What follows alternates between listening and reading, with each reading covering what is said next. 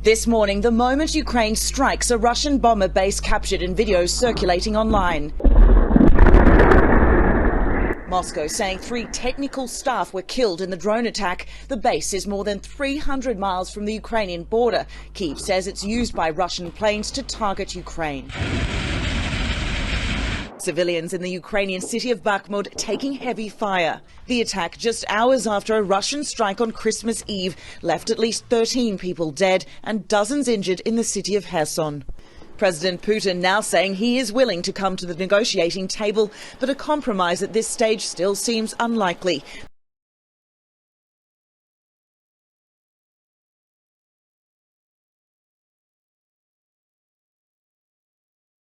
More than 70 Chinese military aircraft have entered Taiwanese airspace over the last 24 hours. The island's government says this is the largest incursion to date by China, which claims sovereignty over the self-governing territory. Taiwan's defense ministry said dozens of fighter jets crossed the median line in the Taiwan Strait, which acts as an unofficial buffer zone. Beijing said it has conducted strike drills in response to provocations from Taiwan and the United States.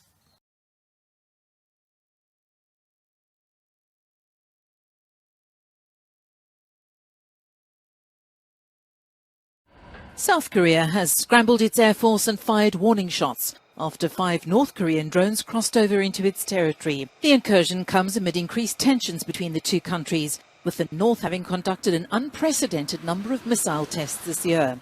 A spokesperson for the South Korean military says the drones were seen over the northern part of the country and one reportedly flew near the capital, Seoul.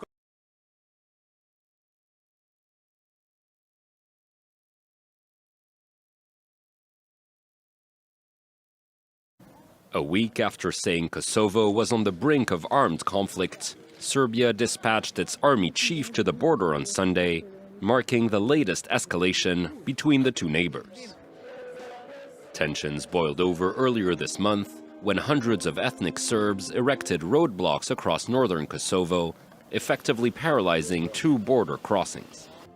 They were protesting the arrest of a former Serbian police officer who they say was targeted because of his ethnicity.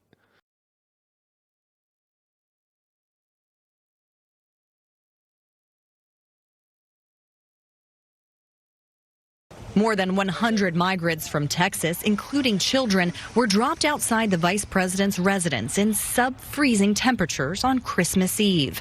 Humanitarian groups gave them blankets, warm clothes, food, and shelter. The White House called the move by Governor Greg Abbott a cruel, dangerous, and shameful stunt. A spokesperson for the governor called the administration hypocrites whose immigration policies have overwhelmed Texas border towns. In El Paso, desperate migrants have been sleeping on the streets, braving uncharacteristically cold temperatures.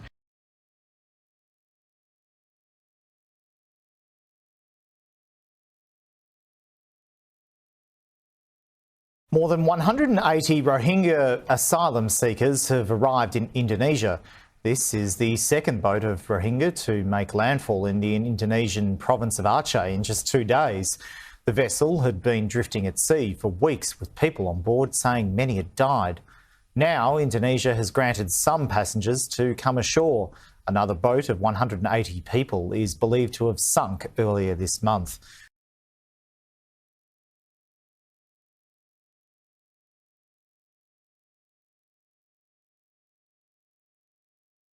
Hospitals in China are under siege from a new wave of COVID cases.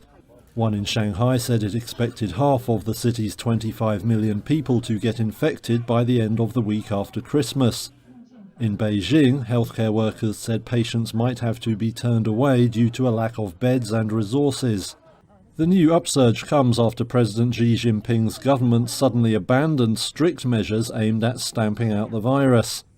State media say frontline workers have been told to work while sick, while retired staff have been brought back in some areas.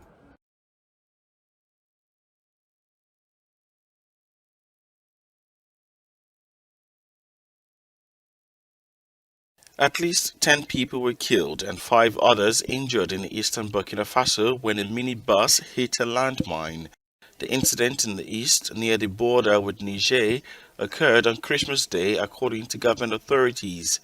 The governor of the Fada Nguma region said the death toll could rise as some passengers were still missing.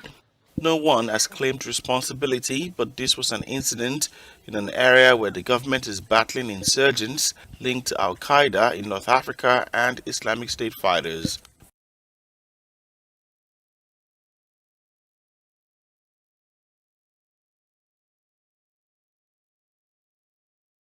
A powerful car bomb in Afghanistan has killed the provincial police chief.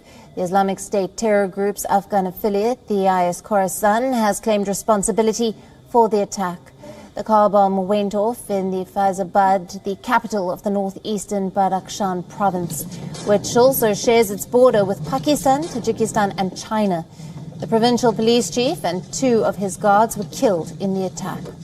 According to the spokesperson for the Taliban-led Interior Ministry, the slain police official was traveling to work when an explosive-laden car targeted his vehicle. 4 suspects have been taken into custody.